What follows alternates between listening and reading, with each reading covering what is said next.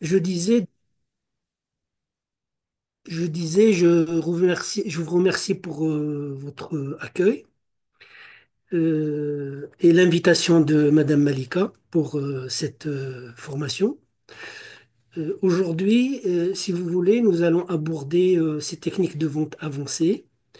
Euh, et l'objectif, c'est de vous présenter le large éventail, si vous voulez, des compétences qu'il faut avoir pour développer les ventes de manière générale.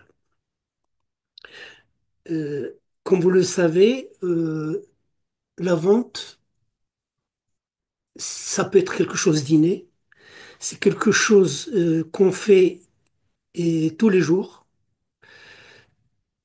mais elle est basée sur certaines structures.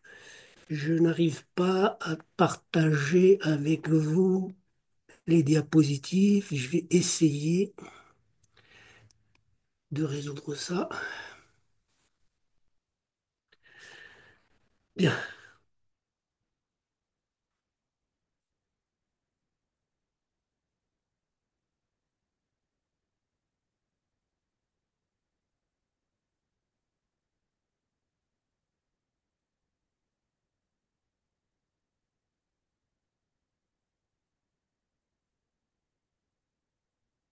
excusez-moi, je suis en train de régler ça.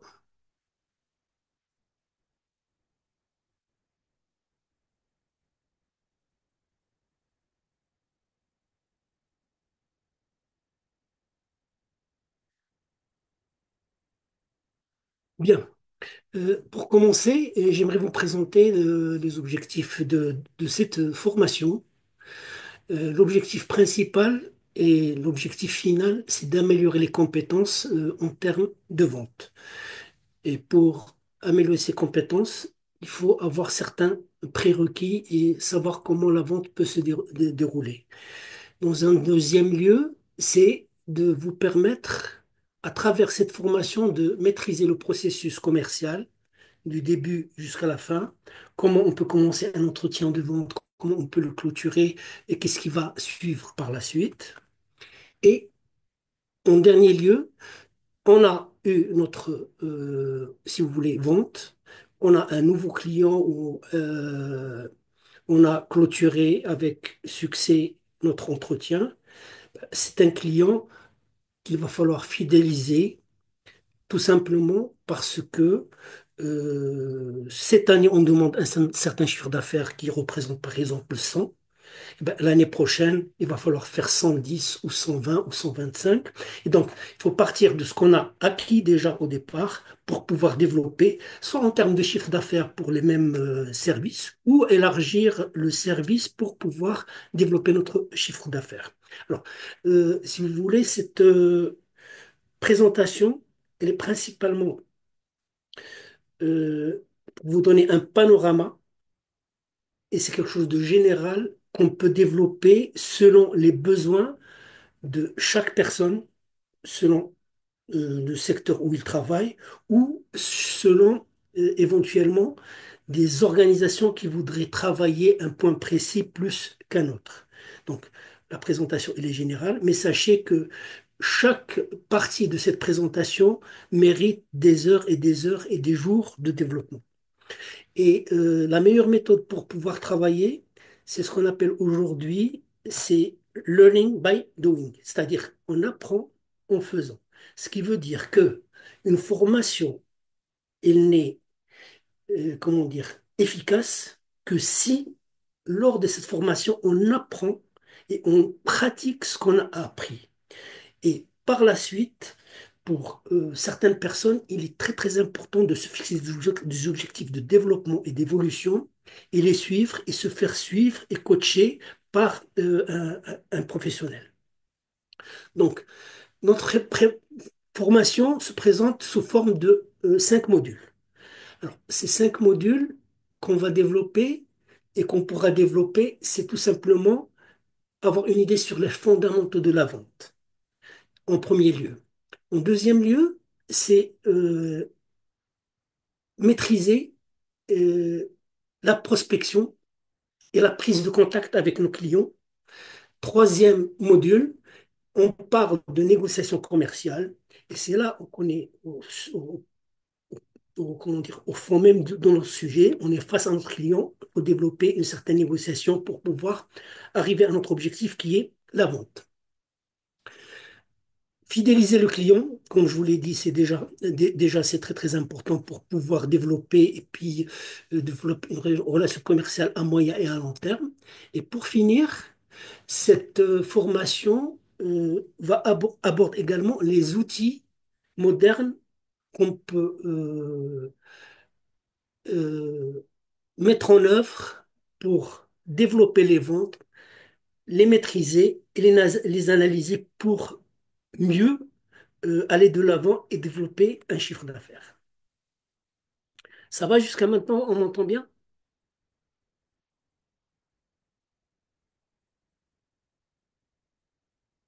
Oui, on vous écoute. Très bien. Donc, le premier module, euh, il va toucher les fondamentaux de la vente. Et l'objectif de ce module est très simple, c'est il faudrait comprendre déjà la psychologie de l'achat. Parce que on est des humains, il y a beaucoup de choses qui interviennent dans nos décisions. Et pour acheter, il faut comprendre la psychologie de cette personne qui va acheter et de l'acheteur pour pouvoir caler notre offre sur cet acheteur. Maîtriser les étapes clés d'une vente. Comme je vous ai dit au départ, la vente est un processus qui est logique, qui a un début et qui a une fin. Et le fait de pouvoir maîtriser toutes ces étapes, ça va nous permettre donc de le dérouler de manière logique et faire de sorte qu'on atteigne notre objectif final. Le contenu de ce module, c'est la psychologie de la vente, les processus de vente qui seront détaillés. Là, malheureusement, on ne peut pas les détailler en une demi-heure ou en une heure. Donc, c'est des choses qui vont prendre pas mal de temps et pas mal d'exercices, pas mal de pratiques par la suite pour qu'on puisse les développer et les acquérir. Comment développer une communication efficace? Parce que la vente ne peut pas se faire sans communication. Et chose très très importante, qui est malheureusement ignorée par pas mal de commerciaux vendeurs, c'est la maîtrise du produit. Et quand on dit la maîtrise du produit, j'ai un produit à vendre, je dois le maîtriser de A à Z. Personne ne doit le connaître mieux que moi.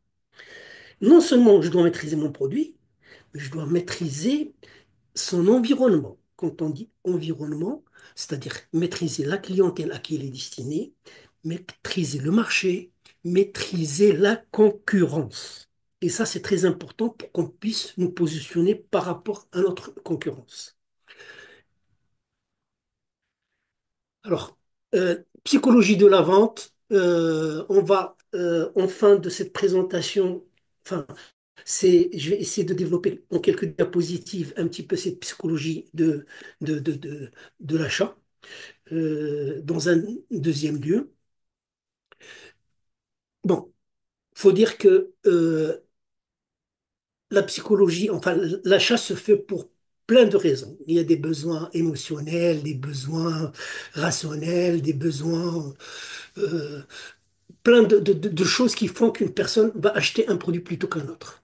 Alors, il faut reconnaître aussi les objections courantes dès le départ. Et ça, c'est des choses qui reviennent pratiquement systématiquement dans tous les processus de vente. Il y a des objections sur le prix, des objections sur certains besoins d'être convaincus. Et donc tout ça, ça doit être maîtrisé et développé dès le départ avant d'aller chez le client. Et puis aussi, il faut maîtriser le profil du client. Ça va permettre de mieux l'aborder et mieux l'approcher. On a des clients qui sont analytiques, c'est-à-dire qu'ils doivent analyser les choses, peser le pour et le contre pour prendre une décision. D'autres qui sont directifs, donc on a besoin de les pousser un petit peu pour qu'ils prennent une décision. Il y a des gens qui sont aimables, agréables, donc ils vont acheter rien que pour vous faire plaisir ou des choses comme ça. Et puis, il y a des gens qui sont expressifs avec qui on a besoin d'autres méthodes pour pouvoir les convaincre. Alors, le processus de vente, alors, ça va de la prospection, donc identifier et qualifier les leads. Bon, pour les gens qui travaillent un petit peu sur Facebook Ads ou Google Ads ou autre, bon, ils savent ce que c'est que les leads, c'est-à-dire c'est des gens qui sont intéressés, qui vous contactent, qui s'enregistrent, qu'on contacte par la suite. Il faut avoir une très bonne prise de contact initiale parce que la première impression qu'on va donner à notre client, elle est très très importante. Ça va permettre de l'accrocher pour la suite de l'entretien de vente ou au contraire, on risque de le perdre. Et puis, adapter sa présentation selon le profil et le client qu'on a en face et s'adapter à ses besoins. Une fois qu'on est arrivé un petit peu, si vous voulez, à cette offre qu'on est en train de faire aux clients, il y a certains secteurs d'activité où on passe par une négociation et c'est surtout une négociation de prix. Euh, mais pour toute négociation, le commercial doit faire de sorte à ce qu'il y ait un rapport win-win, gagnant-gagnant, que notre client gagne et que nous gagnons en retour, nous également. Et puis, conclure la vente, savoir des fois détecter des signaux d'achat qui font que des fois, il est temps d'arrêter notre présentation, on n'a pas besoin d'étaler tous les arguments. Si le client va nous dire où c'est que je peux l'installer, par exemple, est-ce que, comment dire, quand on l'allume, il démarre tout de suite? Des choses comme ça veut dire que votre client a déjà acheté votre produit, qu'il est en train de se projeter avec ce produit. Et donc là, il suffit de le pousser et aller vers la conclusion, c'est-à-dire clôturer la vente. Alors, après ça, on a vendu le suivi de ce client. Il est très très important quand on veut développer un rapport à long terme et à moyen terme. On arrive au fondement de la vente et enfin à la communication efficace. Parce que, comme je vous ai dit au départ, une vente ne peut pas se faire sans communication. C'est à travers la communication qu'on arrive à convaincre notre prospect ou notre client. Alors, l'importance de l'écoute active, vous avez certainement entendu parler de l'écoute active. L'écoute active, c'est une technique qui va nous permettre de mieux comprendre notre client, de mieux cerner ses besoins et pour mieux lui présenter un produit qui lui convient. Donc, ça marche avec des reformulations. Et bon, là, pour les reformulations, Inch'Allah, quand on abordera le programme détaillé, ça va se faire avec des exercices pratiques, parce que les techniques de reformulation, rien que ces techniques, il y a 5 à 6 techniques à pratiquer, à appliquer selon le contexte et selon le client qu'on a en face. On reformule et on valide, parce que quand on reformule, c'est pour savoir si on a bien compris notre client. Mais il ne faut pas oublier de valider, demander au client est-ce que c'est bien ce qu'il attend de nous. C'est ce qui permet d'avancer dans la communication en termes de vente. La communication non verbale, des fois, une posture ou une grimace ou un regard peut nous donner des indications sur les intentions de notre interlocuteur, parce qu'il n'y a pas que ce qu'on dit, il y a ce qu'on transmet à travers notre gestuelle, notre regard. notre façon de nous asseoir, etc. Puis, il faut savoir poser les bonnes questions. Parce que pour avoir des informations de notre client, il ne suffit pas de poser des questions comme quand on est au commissariat, quand il y a de l'interrogatoire. Il faut poser les bonnes questions au bon moment pour avoir les bonnes réponses et ce qu'on attend de notre client. Le fait de harceler le client avec plein de questions inutiles, ça risque de fermer cette communication et le client va plus nous écouter, va tout faire pour se débarrasser de nous tout simplement. Alors, il y a plusieurs techniques de questionnement. On a des techniques, bon, les techniques, enfin, les questions ouvertes, fermées, à choix multiples, etc. Mais bon, quand on sait les manier et les manipuler et les utiliser au bon moment, ça nous permet de mieux connaître notre client et cerner tout simplement ses besoins. Nous arrivons à la connaissance du produit. Et comme je vous ai dit, il est primordial. Maîtriser les caractéristiques de notre produit, euh, c'est primordial pour pouvoir donc passer le message chez nos clients et leur vendre les avantages exacts qu'ils attendent de notre produit. Parce que le fait que, par exemple, prenons une voiture, c'est une voiture et la douro motrice, c'est une propulsion, c'est un 4x4, tout ça, c'est des caractéristiques qu'il peut y avoir dans un véhicule, mais chaque client attend d'une voiture quelque chose et on doit répondre à l'attente de notre client et à ses besoins exacts.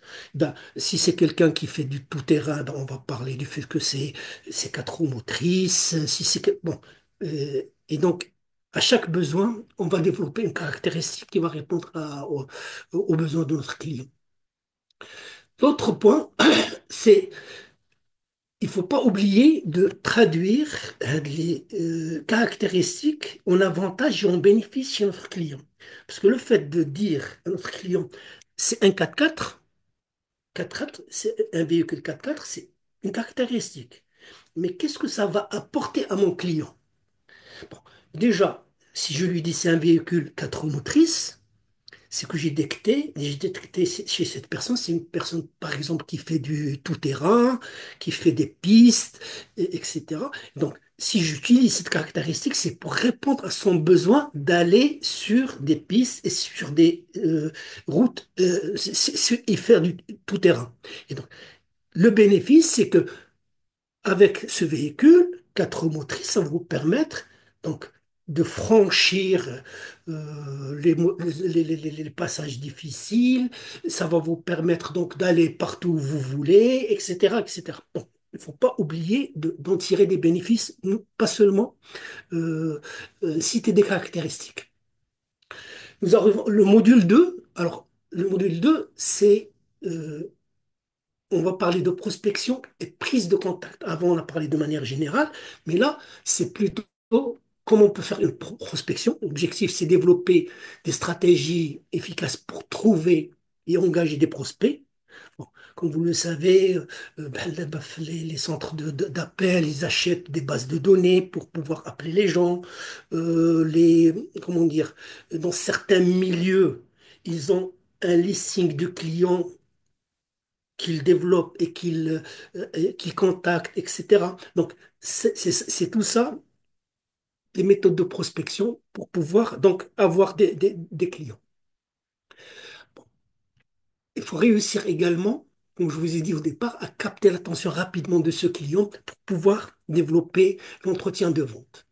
Le contenu de ce module, ça va des techniques de prospection. Et quand on parle de techniques de prospection, c'est très très large et chaque domaine dans la vente et chaque branche dans la vente a ses propres spécificités. On pourra les développer selon vos besoins spécifiques. Quand il s'agit d'une structure, donc aller au fond des choses et les aider à développer ces techniques de prospection. Euh, Créer un argumentaire qui est percutant dès le départ pour retenir l'attention de notre client. Comme je vous ai dit, pratiquement les 5 premiers mots, là, les 5 premières secondes sont très très importantes pour capter l'attention de notre client pour pouvoir dérouler par la suite ce qu'on a à faire. Et puis, il faut savoir gérer l'histoire des objections initiales, c'est-à-dire que vous êtes là devant une personne, vous voulez discuter avec lui d'une éventualité, d'une opportunité, d'une vente, et puis il vous dit, excusez-moi, j'ai pas le temps aujourd'hui. Et qu'est-ce qu'il faut faire, par exemple, dans cette situation? Ou il vous dit, je ne suis pas intéressé. Qu'est-ce qu'il faut faire dans cette situation? Tout ça, euh, toutes ces objections initiales, il y a des manières de répondre et il y a des manières de recapter l'attention de notre interlocuteur. Toujours, dans les techniques de prospection, il faut élaborer un script efficace. C'est quoi un script? C'est-à-dire qu'une façon euh, comment dire, c'est un argumentaire qui est constitué, qui est maîtrisé, sur lequel on s'est entraîné pour pouvoir répondre à notre client. Par exemple, là, au Tiani, vous avez des histoires de prospection digitale. Bon, comme je vous disais tout à l'heure, on peut utiliser plein d'applications, LinkedIn, Facebook, Google, etc. Et il y a aussi l'approche qui est directe. Comme je vous ai dit, on a un listing et on a des clients, par exemple, et on va les voir, taper à leur porte, prendre rendez-vous, et puis essayer de leur vendre nos produits ou nos services. Création d'un argumentaire percutant.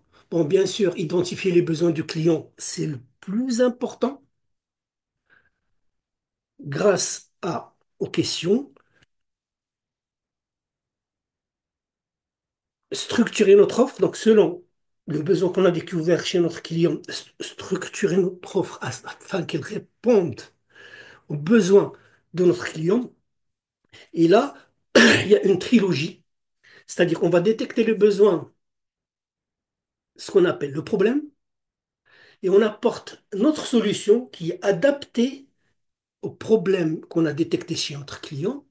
Et puis, on va vendre les bénéfices de ces solutions pour notre client pour qu'il puisse l'adopter. Donc, aussi, des fois, pour convaincre certains clients, il nous faut préparer des exemples de réussite, c'est-à-dire donner des exemples. Flanier, il a adopté notre solution, ça a permis d'augmenter son chiffre d'affaires de 20% la première année, puis 10%, et donner des choses concrètes pour pouvoir convaincre certains clients dans certaines situations. Alors, la gestion des objections initiales, comme je vous ai dit, donc il faut les anticiper euh, et savoir y répondre.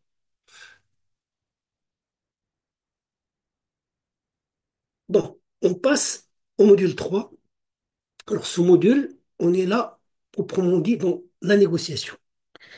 Euh, Notre client, on l'a étudié, on sait ce qu'il veut, on a proposé notre solution, et là, souvent, à ce moment-là, on doit rentrer dans une certaine négociation. Des fois, c'est une négociation dans certains domaines qui va se résumer au prix, mais dans d'autres domaines de la vente, il y a beaucoup d'autres choses qui interviennent. Ça peut être des facilités de paiement, ça peut être, comment dire, un service à moyen et à long terme, etc. La négociation comme ça, son objectif, c'est apprendre à négocier efficacement pour conclure une vente. Une bonne négociation va nous permettre de conclure une vente.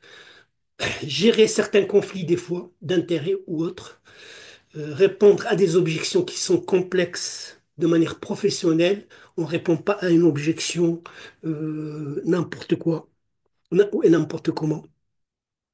Et il faut toujours répondre de manière professionnelle et convaincante et le plus souvent essayer d'avoir les preuves de ce qu'on dit.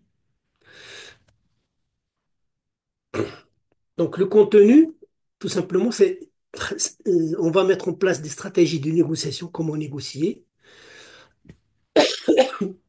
Des fois, on va voir aussi comment les prix sont fixés, comment on peut jouer sur une réduction, une remise, etc. Et puis, une fois que c'est fait, conclure la vente. Il faut jamais oublier de conclure la vente. Des fois, on se dit, OK, il a acheté mon produit, etc. Mais si on n'engage pas la personne avec une conclusion et des termes clairs et directs, on peut passer à côté de notre vente. Alors,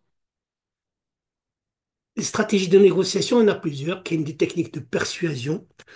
Par exemple, on parle de réciprocité. Si vous achetez ce frigo, je vous offre, par exemple, ce four avec. Donc, je donne quelque chose en plus à mon client. Il y a des techniques où on applique la rareté. Et ça, c'est des techniques qui sont utilisées beaucoup par les grandes marques. Vous allez chez Louis Vuitton ou Mactallan, euh, leurs sacs sont numérotés et vont vous dire, bon, pour ce modèle, nous avons créé 500 unités qui sont numérotées de 1 à 500. Donc, on crée la rareté pour faire de sorte à ce que la personne ait envie d'acheter le produit. Ou alors, on parle d'autorité, c'est-à-dire, on va leur dire, par exemple, il y a quelques années, c'était plus ou moins les pros, les sportifs ou les grands leaders de ce monde qui montraient le chemin.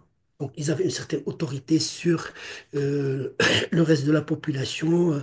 Un grand sportif qui va opter pour une marque plutôt qu'une autre, ben, les amateurs les fans de ce sportif vont pratiquement automatiquement opter pour cette marque. Identifier les styles de négociation. Des fois, dans une négociation, on peut utiliser un style de compromis, de collaboration, tout ça, c'est des termes qui peuvent être développés de manière précise et techniques qui peuvent être acquises. Créer des solutions gagnant-gagnant, ça, il faut jamais l'oublier en termes de vente. Un partenariat pour qu'il dure, pour pérenniser, si vous voulez, la vente avec nos clients, il faut toujours chercher cette,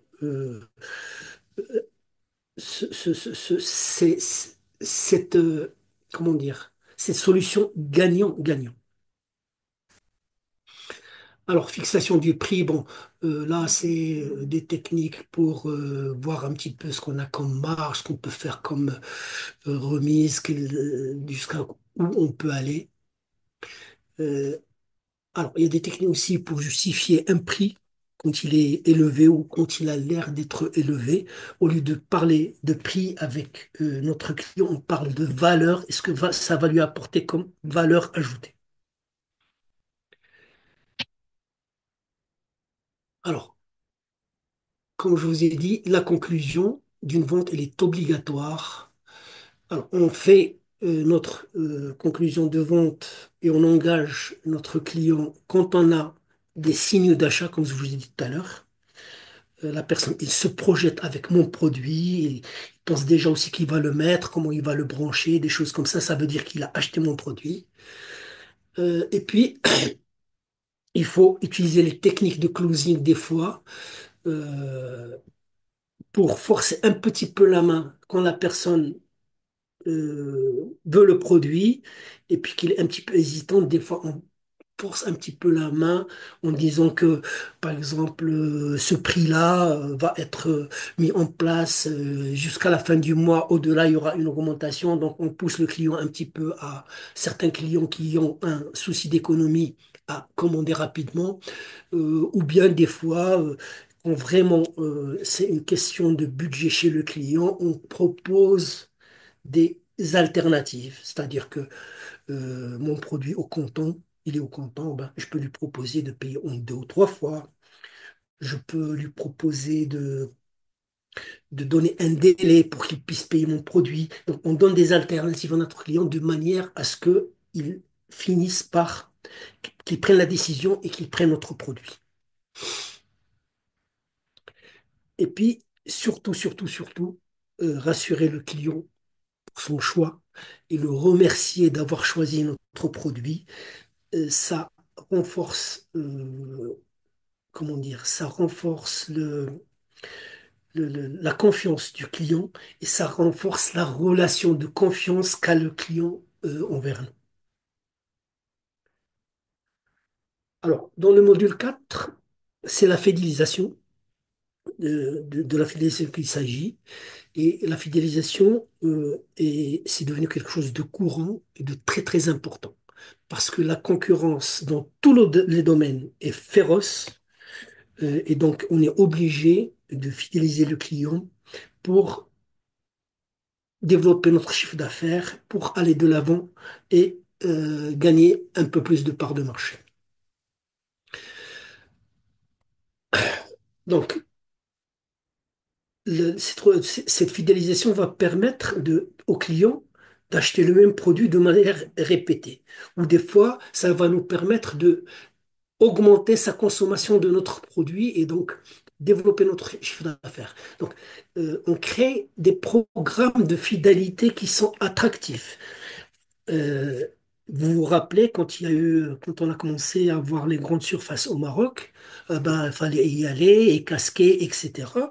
Et ben, avec la venue de Carrefour, de Ataqadda et plein d'autres grandes structures, et ben, ils étaient obligés de créer des programmes de fidélisation, des points, des remises, des choses comme ça, pour garder leur clientèle parce que eh ben, personne n'a le monopole du marché. Le contenu de ce module, eh ben, c'est bien sûr le service après-vente qui va rassurer notre client, va le faire de sorte à ce qu'il adopte notre produit parce qu'il est sûr qu'on va l'accompagner même au-delà de son achat. Programme de fidélité, comme je viens de vous le dire. Et puis, il y a le marketing relationnel et ça, on va le voir un peu plus loin.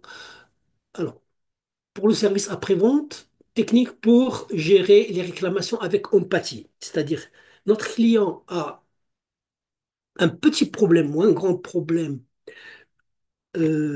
avec un produit, eh ben, il faut un petit peu se mettre à sa place et l'aider à résoudre ce problème de manière simple. Ou carrément être proactif. Proactif, c'est-à-dire de prévoir d'éventuels euh, problèmes. C'est-à-dire que notre client, dès le départ, eh ben, l'histoire de la proactivité, c'est un petit peu les garanties qu'on donne aux clients. Ce produit est garanti 1 an, ce produit est garanti 2 ans. Ça permet de rassurer le client. Il se dit, pardon, excusez-moi, même en cas de problème, ils sont là pour m'aider et résoudre mon problème. Éventuellement, reprendre le produit, le réparer, m'en donner un autre, m'en prêter un autre, etc. Alors, programme fidélité, j'en ai déjà parlé, des types de programmes, bon, des points, abonnements, etc. Euh, bon, ça a un impact très important sur la rétention du client. C'est-à-dire que des fois, le client risque de changer de marque parce qu'il a un problème avec notre produit. Eh ben, si on arrive à le fidéliser, à répondre à son besoin, il va revenir à notre produit. Alors, il y a aussi le marketing relationnel. Alors, marketing relationnel, ça va. Et là, ça se fait beaucoup, si vous voulez, sur les sites de vente, beaucoup. Ça permet de segmenter notre clientèle et de savoir quoi leur présenter, quoi leur proposer comme produit ou comme nouveau produit, quand on a des nouveaux produits.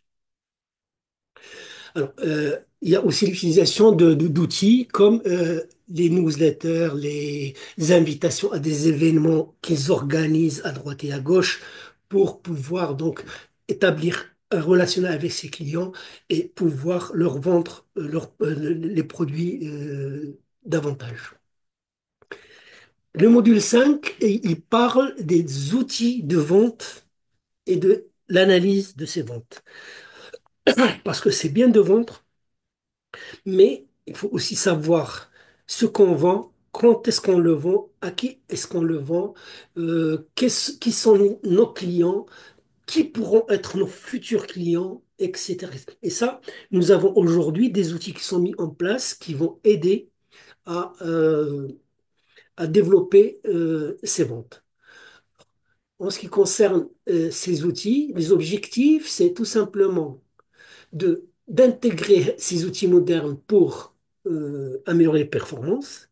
C'est-à-dire, j'ai un client, une fois que je l'ai, comment dire, identifié, étudié, classé dans une, euh, euh, comment dire, comme un client potentiel pour quelque chose, et ça va me permettre d'aller le chercher à nouveau pour lui revendre mon produit ou carrément pour lui vendre une nouveauté ou ou un produit supplémentaire. Et puis, suivre et analyser les résultats. Ça va permettre de mieux étudier nos stratégies et surtout nos stratégies marketing pour pouvoir améliorer nos résultats et nos ventes. Alors, tout le monde a entendu parler des CRM.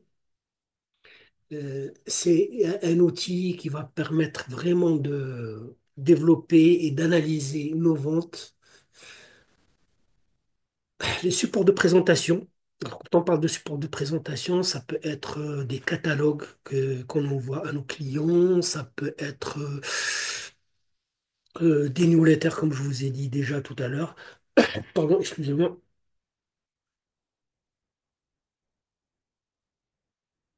Pour leur donner des informations sur nos produits, sur nos nouveautés, sur nos événements. Et puis, vous avez le CRM va nous permettre d'analyser nos performances. Qu'est-ce qu'on vend, chez qui on le vend, comment on le vend, etc. Donc CRM, bon, là, je vais vous donner juste quelques noms de CRM à titre d'exemple. Vous avez HubSpot, etc. Mais bon, il y a pas mal de structures qui développent leur propre CRM en interne. Maintenant, c'est devenu chose courante. Pour terminer, les supports de présentation que je vous ai dit, on peut utiliser des présentations comme je fais là, PowerPoint, des brochures interactives.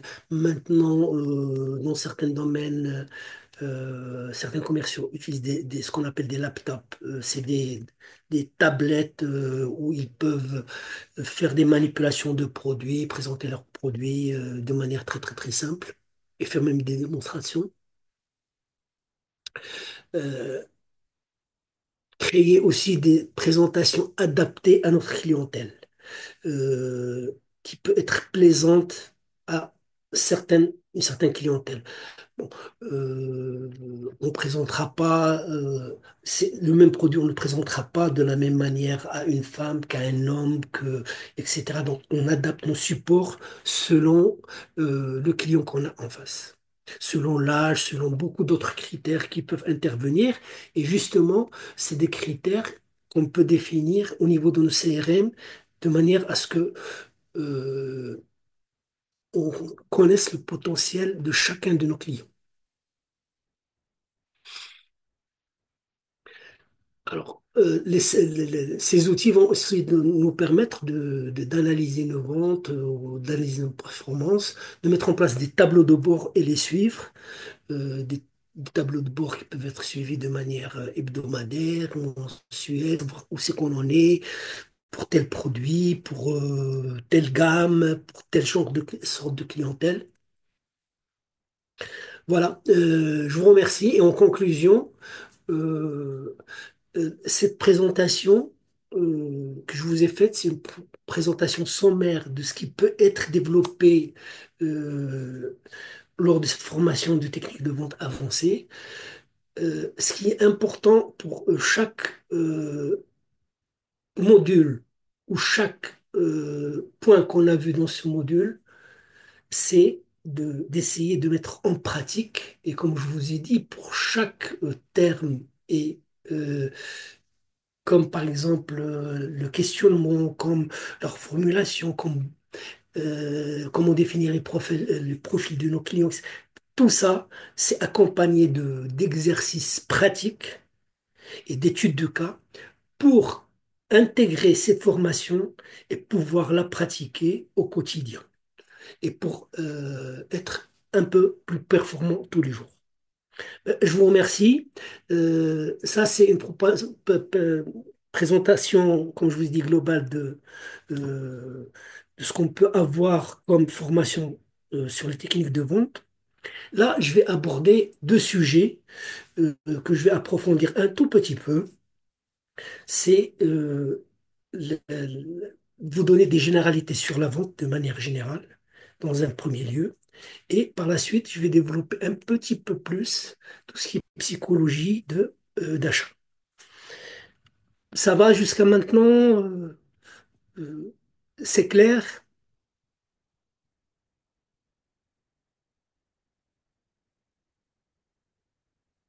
Bien, je continue. Alors, là, c'est une introduction à la vente. Bon, et je vais vous donner quelques généralités. L'objectif de la formation sur les techniques de vente, c'est tout simplement vous permettre d'augmenter votre pouvoir d'influence chez vos clients en sachant donner envie et mettre en confiance. Donner envie et mettre en confiance. Et tenter de convaincre plus que de manipuler. Il faut convaincre les gens plutôt que de les manipuler avec des faux arguments parce que euh, tout finit par se savoir. Quand on essaie de manipuler une personne, si elle se rend compte, ça devient, ce n'est plus un client, mais ça peut devenir un ennemi. Alors, ces techniques, quand on les maîtrise, ça va nous permettre d'être plus rapide dans notre intervention chez les clients, être plus efficace, être plus apte et plus armé et outillé pour négocier, se sentir plus fort et avoir plus de motivation quand on va chez nos clients. Euh, Plus rapide, pourquoi on parle de ça? Bon, ça va nous permettre d'aller tout droit au but. On sait ce qu'on veut et on va tout droit. Donc, on a plus confiance, on y va directement. Et puis, on ose, si vous voulez, être plus clair avec notre client. On n'y va pas par 36 chemins. Eh ben, on pose les questions qu'il faut, on demande les clarifications qu'il faut et on avance. Et puis, ça va permettre, quand on maîtrise ces techniques de vente, ça va permettre dès le début de l'entretien, euh, les 5 premières minutes, de savoir ce qu'on peut gagner avec ce client, ce qu'on peut obtenir ou pas. Comment dire, gérer mieux notre temps et nos efforts. Être plus efficace, donc, c'est connaître avec certitude ce qu'on peut obtenir d'un client. D'accord? Et rester patron de notre entretien. Le commercial doit se mettre en tête toujours que c'est lui le maître de la communication. C'est lui qui dirige d'une manière ou d'une autre cet entretien de, de vente.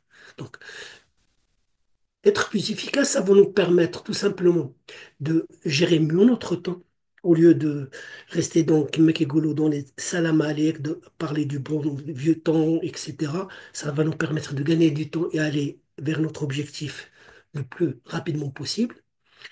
Ça va nous permettre de mieux gérer notre moral. Ça fait du bien d'être efficace en termes de vente quand on a vendu. Et quand on est sûr d'avoir vendu ça, on a un certain sentiment de fierté qui va renforcer notre réussite et va nous permettre d'être encore plus performants par la suite. Ça va nous permettre de gérer notre énergie, avoir moins de stress, vendre petit à petit Et quand on fait une vente, deux ventes, trois ventes, on est bien, on est moins stressé et notre objectif se rapproche de plus en plus. Quand on a vu cinq clients dans la journée, on a fait aucune vente, on se dit cette journée, ça va pas. Mais par contre, si dès le début on commence positif et puis on commence, on fait une vente, deux ventes, trois ventes, ça nous permet de travailler avec beaucoup moins de stress et nous dire que notre objectif est atteignable, qu'on n'est pas loin de nos objectifs. Et puis, ça vous permet de mieux gérer votre image. Un vendeur qui est réussi, on le prend pour quelqu'un de sérieux, quelqu'un de constructif, quelqu'un de positif, et il a plus de valeur vis-à-vis de la société et des autres, et même vis-à-vis de ses clients, parce qu'il devient un conseiller de ses clients. Alors, être plus apte à négocier également, c'est savoir dire oui, tout simplement, à mon client, sans perdre d'argent, et savoir dire non, sans perdre mon client. C'est-à-dire que si je dis oui à mon client, il faut que j'y gagne quelque chose. Vendre à perte, ça ne sert à rien de vendre à perte. Et dire non au client, ça veut dire lui dire que cette vente ne peut pas aboutir et lui expliquer pourquoi et le comment de la chose. Et peut-être des fois par la suite, en revenant, ce client sera convaincu, on va le récupérer.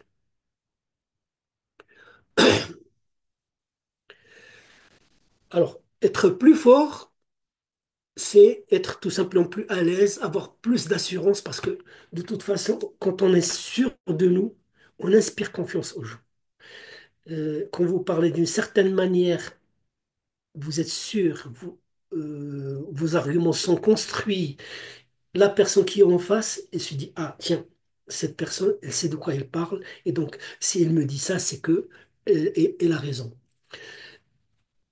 Euh, et ça, c'est quelque chose qui se transmet au client. Le client va sentir que vous êtes sûr de ce que vous dites, ce que vous faites, et ben, il va être lui aussi rassuré, il pourra vous suivre dans votre vente tout simplement. Être plus motivé. Franchement, je vous cacherai pas que, comme je l'ai dit tout à l'heure, quand on a réussi une vente, on a un sentiment de plaisir, de fierté, une décharge de dopamine qui est l'hormone du plaisir, et on est heureux, je dis. Quand on est un vendeur, on est heureux d'avoir fait une vente. Et quand on est heureux de l'avoir fait, ça nous donne envie de le refaire et de recommencer de la même manière avec le même succès. Et puis, quand on maîtrise ces techniques, franchement, au lieu d'aller chez les clients avec des appréhensions, avec une peur de ne pas aboutir, de échouer notre vente, on y va avec confiance et avec envie de réussir. Et quand on y va de cette manière, ça se ressent, le client le ressent et l'entretien ne peut être que positif. La vente, je peux vous dire qu'on en fait tous les jours et tout le temps. Nous faisons de la vente sans le savoir et sans même le vouloir. On fait de la vente en famille. Rien que pour discuter de la destination, par exemple, des vacances, il y en a qui vont une idée plutôt qu'une autre. Il y en a un qui va dire on va en montagne et argumenter et faire de sorte que les autres le suivent. Un autre qui va dire on ira dans le désert, etc. Donc, c'est tout le temps, on est tout le temps en négociation et en vente de nos idées pour partir en vacances, pour déménager, pour beaucoup de choses. Au travail aussi, on est tout le temps en vente. Et on se vend dès le départ. Parce que pour déjà décrocher un travail, il faut savoir se vendre. Et c'est en se vendant qu'on va pouvoir avoir un poste, travailler. Et c'est en se vendant qu'on va pouvoir réussir dans une entreprise, éventuellement avoir des avancements, avoir des augmentations, des choses comme ça. On se vend à l'école par rapport au professeur, par rapport au proviseur, par rapport au directeur. Comme je vous l'ai dit, les entretiens d'embauche, et je dirais même en boîte de nuit pour pouvoir y accéder et passer une bonne soirée. Donc, et en entreprise, je ne vous cacherai pas, bon, ce n'est pas que de la théorie, c'est mon expérience personnelle. Quand on sait se vendre, on réussit, on est mieux apprécié en entreprise. Alors, l'objectif de la vente, de manière générale, et là c'est sans distinction, c'est d'assurer tout simplement le développement, le chiffre d'affaires et le chiffre d'affaires. Aujourd'hui, les entreprises l'ont compris, comme je vous ai dit tout à l'heure, parce qu'il y a de la concurrence et de la concurrence dans tous les domaines. Et les entreprises doivent développer leur méthode de vente pour pouvoir se positionner dans un marché, pouvoir évoluer, pouvoir développer des parts de marché. Et c'est vital pour l'entreprise. Défendre les marches, parce qu'il ne suffit pas de vendre, il suffit de vendre et gagner de l'argent. Et plus notre marge est importante, plus on a de bénéfices et plus on peut faire des choses par derrière. Investir, développer de nouveaux produits, etc. Il faut savoir agir aussi en fonction de la politique commerciale de l'entreprise. Vendre, mais vendre en respectant les objectifs de l'entreprise, aussi bien à moyen terme ou à long terme. Il ne suffit pas de vendre comme ça. Il y a certains domaines où cette éthique est primordiale, notamment, par exemple, dans le domaine de la santé. Dans le domaine de la santé, on vend des médicaments, c'est quelque chose de très, très, comment dire, c'est vital. Et quand on vend un médicament, il faut savoir le vendre dans ses limites. Il n'y a pas de traitement miracle. On ne peut pas venir et dire ça, ça va guérir le diabète, ça va faire ceci, ça va faire cela. Non, il faut vendre tout en respectant le produit et la politique commerciale de la société. Si on vous dit ce produit, on le vend dans tel canal, ben, on va le vendre dans tel canal, pas dans un autre. Il faut aussi savoir renseigner en permanence notre entreprise de ce qui se passe sur le terrain et remonter notre expérience terrain à l'entreprise. C'est ce qui va permettre à l'entreprise de réajuster sa politique et de réajuster son offre, de réajuster à travers son marketing l'offre des produits ou des services. Alors, le vendeur moderne d'aujourd'hui doit raisonner en termes de solution. C'est pas j'ai vendu mon produit. Non, il faut réfléchir et se dire, j'ai apporté une solution à un besoin d'un client. On ne vend pas pour vendre. On apporte des solutions à des clients. Justement, comme je vous ai dit, ça doit se faire dans un esprit gagnant-gagnant pour pouvoir pérenniser cette relation avec le client. Être un relais valorisant de l'image de marque de son entreprise. Euh, le client, ce qu'il connaît de votre entreprise, c'est vous. Et si vous valorisez votre entreprise, euh, le client sera mieux, enfin, sera plus en confiance parce que votre entreprise représente quelque chose pour vous. Moi, des fois, ça me fait de la peine d'aller sur certains lieux de vente, d'appeler un vendeur, de lui dire voilà, voilà, voilà, ceci, cela. Non. Houma, c'est vous, c'est votre entreprise. Votre entreprise, c'est vous, et vous, c'est votre entreprise. Donc, il n'y a pas de... On appartient à l'entreprise, mais le jour où on ne sommes plus partenaires à cette entreprise, il vaut mieux démissionner et partir.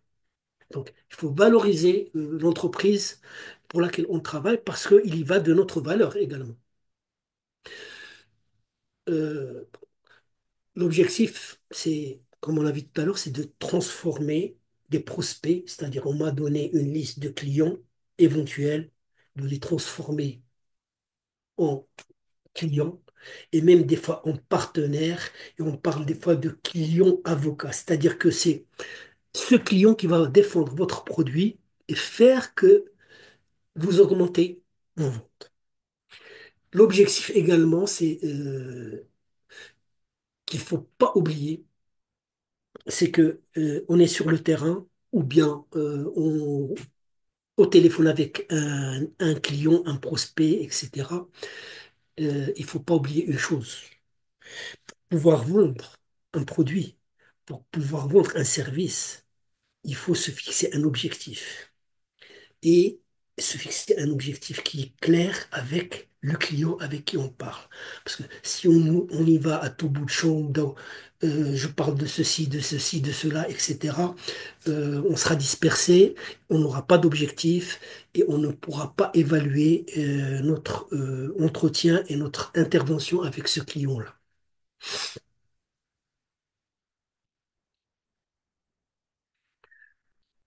On a parlé un petit peu de la vente, là on va parler du vendeur, de manière générale. Le vendeur, c'est une personne qui doit être dans l'empathie par rapport à son client, pouvoir se mettre à sa place. Et pour pouvoir être vendeur, il faut se poser la question, qu'est-ce que c'est qu'un bon vendeur? Un bon vendeur, c'est ce que vous appréciez en tant que client. Vous vous mettez à la place du client et vous vous dites, qu'est-ce que j'apprécierais comme comportement d'un vendeur? Et c'est ça le bon vendeur. C'est ce que vous appréciez en tant que client. C'est ce que vous trouvez également très efficace si c'est ce qui vous encourage à acheter. Dans ce que le vendeur vous a dit, qu'est-ce qu'il y a d'important, d'efficace qui vous a poussé à acheter? Et ces arguments, vous pouvez les développer avec vos clients. Qu'est-ce qu'un mauvais vendeur? Eh ben, un mauvais vendeur, c'est ce que vous détestez. Euh, Mettez-vous à la place d'un client et dites-vous quels sont les types de personnes que j'aimerais pas avoir comme vendeur. Quelqu'un qui est désagréable, qui est impoli, par exemple. Donc, tout ça, il faut se mettre à la place du client pour se dire, pour être un bon vendeur, je ne dois pas faire ce genre de choses. Et un mauvais vendeur, en général, vous, en tant que client, c'est ce qui vous fait aller chez la concurrence. Et ça, franchement, c'est des choses qui nous arrivent tous les jours. C'est Moi, je vous raconterai la dernière histoire qui m'est arrivée rien que qu'hier. Je suis parti au marché, j'avais besoin de 250 grammes de crevettes. Eh ben, les poissonniers, ils étaient là. Le premier, je le vois, je lui dis, voilà, j'ai besoin de 250 grammes. Ben, le type il me dit, non, non, moi, je délivre pas je délivre à partir de un demi-kilo, 1 kilo. Ben, je me suis tourné chez l'autre juste à côté. Je lui dis 250 grammes. Gali, bismillah.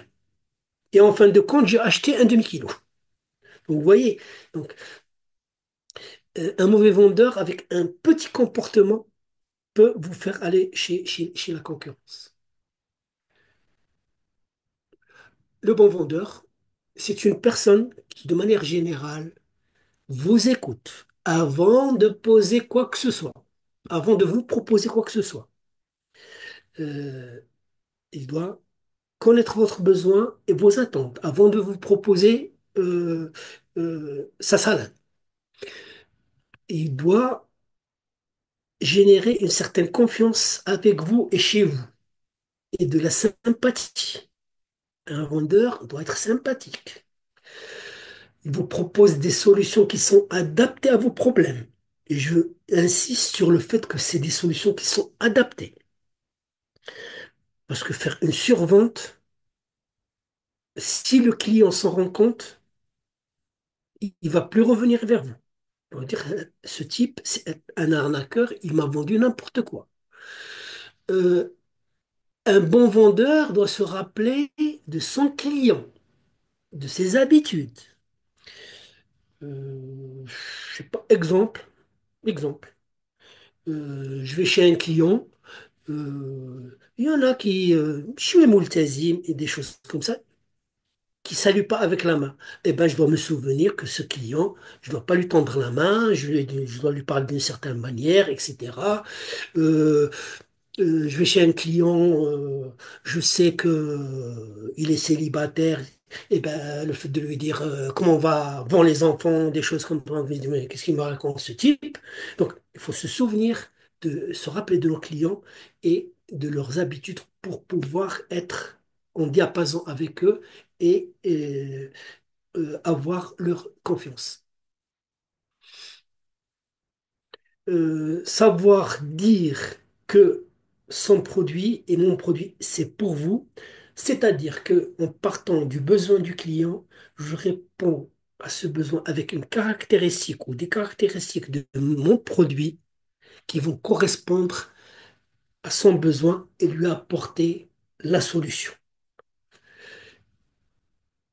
Un bon vendeur, bon, bien sûr, c'est un vendeur qui a d'excellents résultats. Quand on lui demande de vendre 100, ils vend 110 ou 120. Ça, c'est en termes de chiffre d'affaires. Un bon vendeur, c'est construire un portefeuille client et le développer. Et tout simplement, construire petit à petit. À un moment donné, des prospects. Eh ben, le premier jour, j'ai un client. Le deuxième jour, j'ai un deuxième client. Et je constitue mon portefeuille client et je développe ce portefeuille client. Le mauvais vendeur, ben, c'est très simple. C'est celui qui va essayer de vous fourguer, moi je dis fourguer, mais chérir vendre sa sauce, quel que soit votre besoin. Son objectif, c'est de vendre ce qu'il a entre les mains, que vous en ayez besoin ou pas du tout. Et on a pas mal que vous voyez des fois qui font le tour des cafés, qui sont là dans la rue, etc., qui essaient de vous vendre n'importe quoi. Alors, les types de vente. Alors, nous avons deux types de vente. C'est la vente directe. Et dans la vente directe, nous en avons plusieurs. Nous avons les PVC, c'est-à-dire les ventes par correspondance. Bon, à un certain moment, c'était lors des années 70-80, c'était une nouveauté. C'était une vente qui était très développée. Bon, maintenant, ça se fait, mais ça se fait beaucoup, beaucoup moins. Il y a la télévente, ce que vous voyez, pardon, par exemple, dans tout ce qui est centre d'appel, des choses comme ça. Il y a le commerce électronique, le e-commerce, par Internet et par certains sites. Il y a la vente en face à face, via un réseau commercial, tout simplement. Et puis il y a le porte-à-porte. Là aussi, le porte-à-porte, à un certain moment, c'était fréquent. C'est-à-dire qu'on faisait le tour des maisons et on frappait porte par porte pour essayer de voir s'il y a un besoin de nos produits et les vendre. Et puis nous avons tout ce qui est vente indirecte. C'est la vente de produits et de services d'entreprises par des tiers, tout simplement. Il y a toujours un intermédiaire. Alors c'est la vente, par exemple, par l'intermédiaire de la grande distribution. Exemple, si on prend Colgate, Colgate ne vend pas directement leurs produits, ils passent par des distributeurs. Ça peut être Margin, ça peut être un grossiste, n'importe lequel. Via un réseau de distribution partenaire. Et là, c'est dans comment dire, dans certains secteurs, on trouve le fabricant qui vend aux grossistes, qui vend aux semi-grossistes, qui vend aux détaillants, etc. Donc c'est ça à travers un réseau de distributeurs partenaires. Et puis nous avons ce qu'on appelle les ventes aux particuliers, c'est le B2C, c'est business to consumer. Et puis la vente B2B, c'est business to business. Pour clôturer cette vue générale sur les ventes, j'aimerais attirer votre attention sur une chose que j'ai déjà abordée lors de la première présentation, c'est qu'une vente, ça se prépare. Ça se prépare comment? Ça se programme. On étudie notre client et on ne fait pas de visite client sans avoir fixé un objectif clair et net avec ce client. La deuxième étape, c'est l'entretien de vente et c'est là que entre en jeu tout ce qui est découverte des besoins, s'assurer du besoin de notre client, proposer le produit, négocier, répondre aux objections, etc. Et la dernière étape, c'est la conclusion. Et il faut jamais hésiter à faire une conclusion claire et nette. Des fois, on se dit, ça y est, notre client va passer à l'action de lui-même, il va commander. Non, il faut sortir de chez le client avec un engagement clair et net. Quand il s'agit de bons de commande, des gens qui travaillent avec des bons de commande, il faut sortir avec un bon de commande signé. Quand il s'agit de gens qui, comment dire, qui n'ont pas de bon de commande, mais plutôt autre chose, donc dans certains domaines, on va chez des prescripteurs, c'est eux qui vont faire que notre produit soit vendu. Ben, on se met d'accord avec eux sur des objectifs clairs, avec des délais et des résultats à contrôler par la suite. Et dans la conclusion, il est toujours important, à la suite de tout ça, de bien euh, notifier tout ce qui s'est passé lors de l'entretien de vente pour pouvoir, en revenant chez ce client, avoir un historique avec ce client et pouvoir construire sur ce qu'on a bâti lors de l'entretien précédent. Donc, là, c'est une vue plus ou moins générale concernant la vente de manière générale. Si on prend par exemple rien que l'étape de la préparation de la vente, ben, on peut y rester, si vous voulez, toute une journée. D'accord? Euh, pour finir, je vais aborder très rapidement euh, tout ce qui est psychologie d'achat.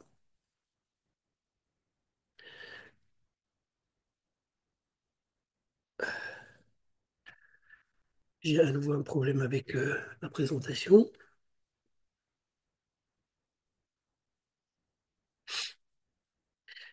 Juste une seconde. Et il faut sortir du partage et après repartager. Pardon? Il faut sortir du partage et après repartager. Non, c'est la même, c'est la même présentation. J'ai fait de sorte à ce que ce soit suivi. Mais bon, peut-être que vous avez raison, je vais le faire, hein. Arrêter le partage, partager. Je vais revenir. Hmm, des fois, ça veut pas, hein. Bien.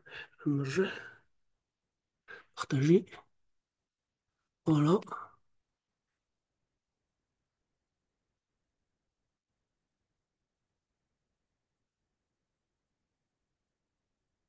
J'espère que ça va aller cette fois-ci.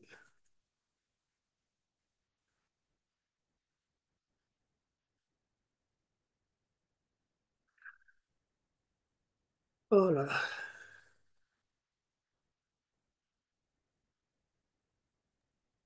Les institutions, donc il ne reste pas beaucoup de temps, donc on doit normalement passer à la session de questions. Oui, oui. Oui, On si gardera ça pour on une autre. va ça pour une autre fois, Inch'Allah.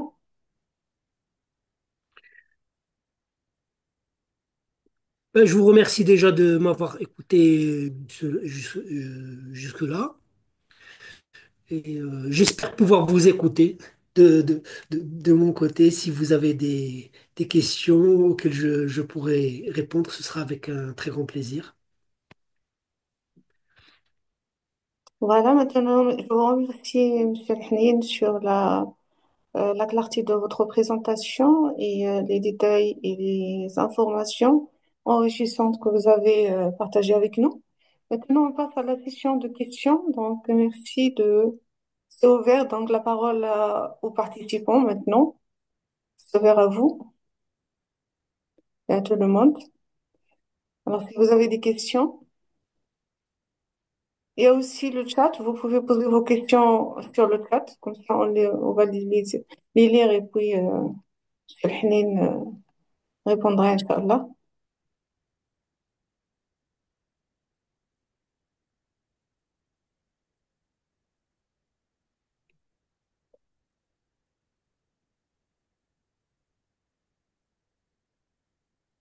Il y a des questions?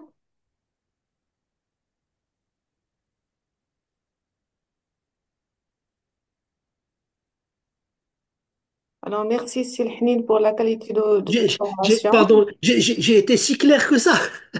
Oui, Bon, écoutez, je pense. de toute manière, Non, euh, Madame Benhabid, je reste à il y votre a peut-être disposition. il y a peut-être qu'une intervention. Madame Benhabid, on vous entend pas. Donc, je pense qu'il y a problème de micro.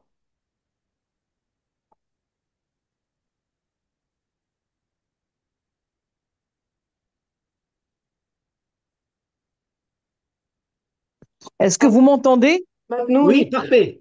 Parfait, Ah, madame. d'accord, d'accord. Alors, bonsoir à vous. Merci d'abord à notre chère collègue Malika. Voilà. Exact. Merci pour ce bon partage. Moi, j'ai fait le même cours cette semaine avec mes étudiants. Et Super. avant tout, oui, donc il y a des rapprochements. Donc, je vous remercie déjà pour la clarté, pour la concision, euh, pour tout ce que vous avez dit, c'est vraiment très, très constructif. Moi, j'ajouterais seulement, moi, je leur ai dit avant de lancer une vente déjà, il faudrait déjà cibler les prospects, faire un sondage, par exemple, micro-trottoir, parce que ça sert à rien.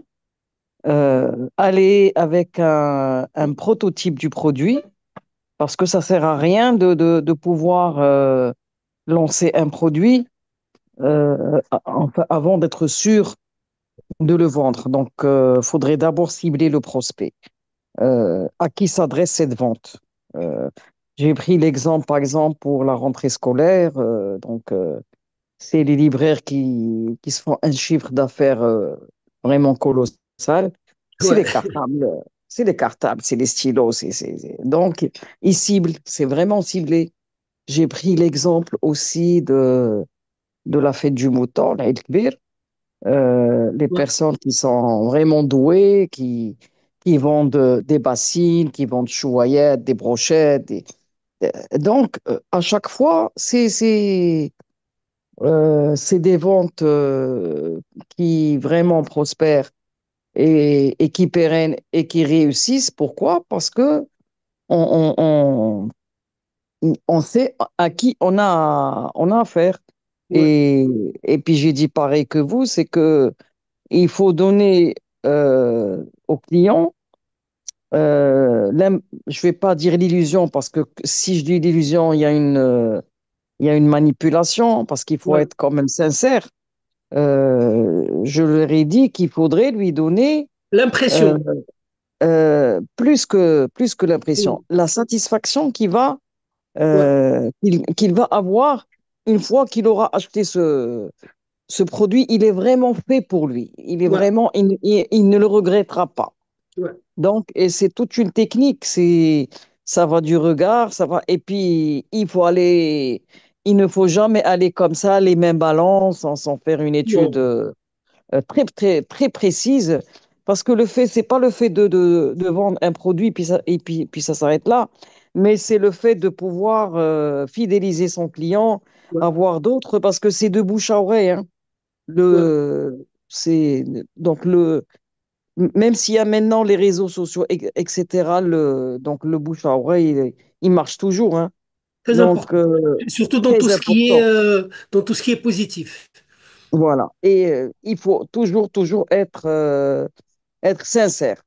Être Ouais. sincère parce que faut pas être malin hein, pour juste vendre pour vendre et puis après, non, non, il faut quand On va même, vendre une seule fois, hein. Si voilà, la personne va se rendre compte qu'elle s'est fait avoir et puis il va plus retourner, hein. voilà, tout à Ça, fait. c'est sûr, hein. Et, c'est sûr, il va se dire, il m'a arnaqué, mais c'est sûr qu'il ne m'arnaquera pas deux fois, hein. Ouais, tout à fait. Donc, voilà, c'était ça. Moi aussi, j'ai fait ce cours cette semaine. Et donc, quand j'ai vu ça, je me suis dit, je rentre quand même, voilà, pour voir. Et j'ai été satisfaite parce que c'est un complément d'information. Merci, Puis madame. je vous remercie, puis je remercie Malika. Voilà, c'était juste, j'ai pas de Merci, madame. questions. Voilà, Ok, c'était, Mohamed Labid, merci beaucoup. Alors, il y a M. Soufiane qui a levé sa main. Tfadal, si Soufiane. Oui, oui, bonjour. Je m'excuse si j'ai un peu de bruit. Merci beaucoup, Selhani, pour la qualité de cette formation. Sincèrement, il y avait beaucoup de points importants. Ma question, ça sera un peu ciblé par rapport la vente complexe un peu pour des prestations de services dans la Mhm, partie service. mhm. Ma question, c'est surtout quand on n'a pas de références sur lesquelles on peut se baser, surtout dans un marché, par exemple, où tu as la décision d'acheter un peu complexe, ça passe à travers plusieurs décideurs. Comment on peut Mhm. faire déjà sur la première phase de, voilà, est-ce qu'il y a des exercices, des astuces pour déjà convaincre les décideurs, soit un acheteur ou là un responsable, un décideur, de déjà de nous donner cette confiance, de nous entendre, surtout si je donne l'exemple de moi-même, je travaille surtout dans un marché où je suis confronté à des directeurs, des DSI, des directeurs d'achat, où c'est difficile Tu d'avoir tu un arrives à peu les de temps atteindre. pour les. Oui, exactement, exactement. Du coup, comment on peut faire? Est-ce qu'il y a des astuces? Est-ce que je sais c'est un peu détaillé, mais est-ce qu'il y a une trame qu'on peut suivre, surtout quand on se lance à zéro? Ça veut dire on n'a pas de référence à balancer pour prouver que ça marche déjà. Euh, Merci. c'est moi. C'est vrai que des fois, on trouve certaines difficultés à atteindre notre objectif. Et il faut se dire que en termes de vente, un vendeur, par définition, c'est quelqu'un de persévérant. Et c'est quelqu'un qui travaille par objectif et par étape. Euh, il faut se fixer pour une vente, comme je l'ai dit, ça fait partie de la préparation de la vente. Faut se fixer des objectifs. Et il faut se fixer des objectifs qui sont smart. Il y a des méthodes pour pouvoir atteindre ces objectifs. Moi, je peux vous dire une chose. Euh, il m'est arrivé pour faire une vente de suivre cette vente pendant 3, 4, 5, 6 mois. D'accord? Il ne faut pas être pressé, mais il faut être précis dans ce qu'on veut faire et dans nos objectifs. Exemple, j'ai besoin de voir un directeur. Bah, c'est pas du jour au lendemain, des fois, que ce directeur va me recevoir, à part s'il a vraiment besoin de mon service. Bah, je dois tout d'abord me fixer comme objectif de tracer le chemin qui pourrait me mener à ce directeur. Et ça peut se passer par le réseautage, ça peut passer par pas mal de techniques qui vont vous permettre d'arriver à votre objectif. Euh, il y a des méthodes pour pouvoir, à travers les collaborateurs, كما كيقولوا يضع قوته في أضعاف خلقه. Des fois, un gardien de parking peut vous donner l'astuce pour atteindre pour aboutir à votre objectif et voir cette personne qui semble être inatteignable. Des fois, c'est le fait de glaner des informations sur ses hobbies, ce qu'il fait, des choses comme ça qui vont vous permettre d'atteindre cette personne de manière indirecte. Ça peut être lors d'un festival, ça peut être lors de l'exercice d'une d'un sport, et il faut se donner toutes les occasions, les opportunités pour entrer en contact avec cette personne, pas toujours par les voies directes, mais il faut chercher et continuer à chercher et ne jamais désespérer, de trouver un moyen d'atteindre cette personne qui est, elle, le décideur dans cette entreprise. De toute façon, il faut se dire, quand on part de zéro, on a tout à gagner. Je n'ai pas accès à cette personne et c'est elle qui décide. Et tout ce que je vais faire, ça va être pour essayer d'atteindre cet objectif. C'est déjà ouvrir la porte du bureau de cette personne, avoir accès à cette personne, avant de pouvoir lui vendre quoi que ce soit. Et se fixer des petits objectifs et trouver des moyens et des astuces, il n'y a pas de règle miracle. C'est au cas par cas. Euh, il m'est arrivé de résoudre des situations très rapidement. Il m'est arrivé de passer des mois à, pour résoudre une situation. Et il m'est arrivé de ne pas du tout y arriver. Et jusqu'à aujourd'hui, je me pose la question, qu'est-ce que j'aurais pu faire pour débloquer la situation? Donc, persévérant, Yac, et être, comment dire, essayer tous les moyens, légaux bien sûr, pour pouvoir ouvrir la porte. J'espère que j'ai pu répondre de manière plus ou moins imagée à votre, à votre question. Oui, c'est très clair, monsieur Youssef. Merci beaucoup. C'est avec plaisir. Lisieux, donc d'autres questions? Est-ce qu'il y a d'autres questions?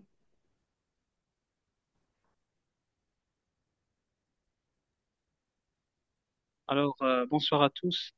Bonsoir, Bonsoir. Euh, Fidèle. euh, Premièrement, Dieu merci que je suis présent à votre merveilleuse réunion Merci. et je suis ravi de votre connaissance, Monsieur Youssef, Merci à, co- beaucoup. à cause de Madame Malika, que je la remercie Merci. aussi. Lisieux.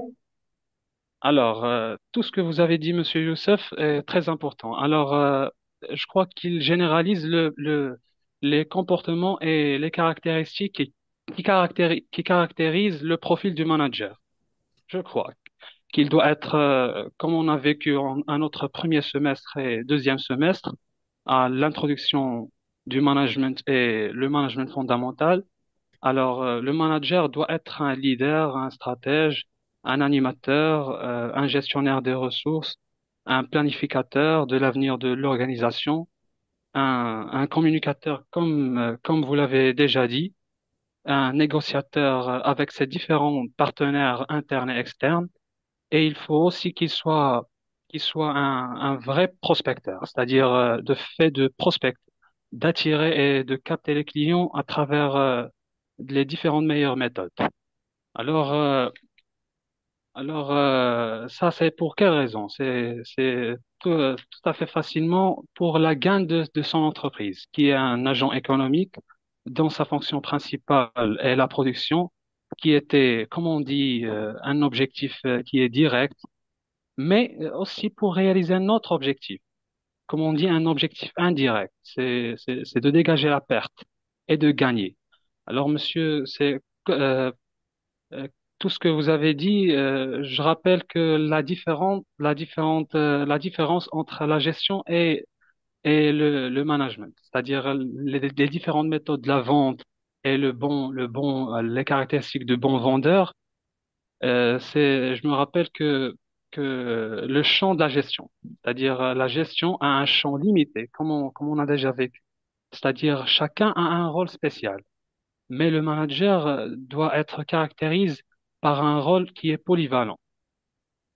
Alors, monsieur, je remercie encore, je vous remercie encore. Je vous remercie. Et, oui, oui, monsieur. Merci Merci, à monsieur. vous. Merci à vous. Est-ce qu'il y a d'autres questions?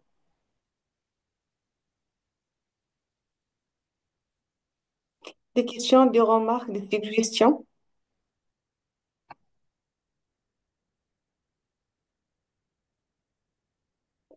Je pense dans tous les cas, il reste que 3 minutes pour qu'on respecte en fait euh, les deadlines en fait que nous avons fixés pour cette réunion.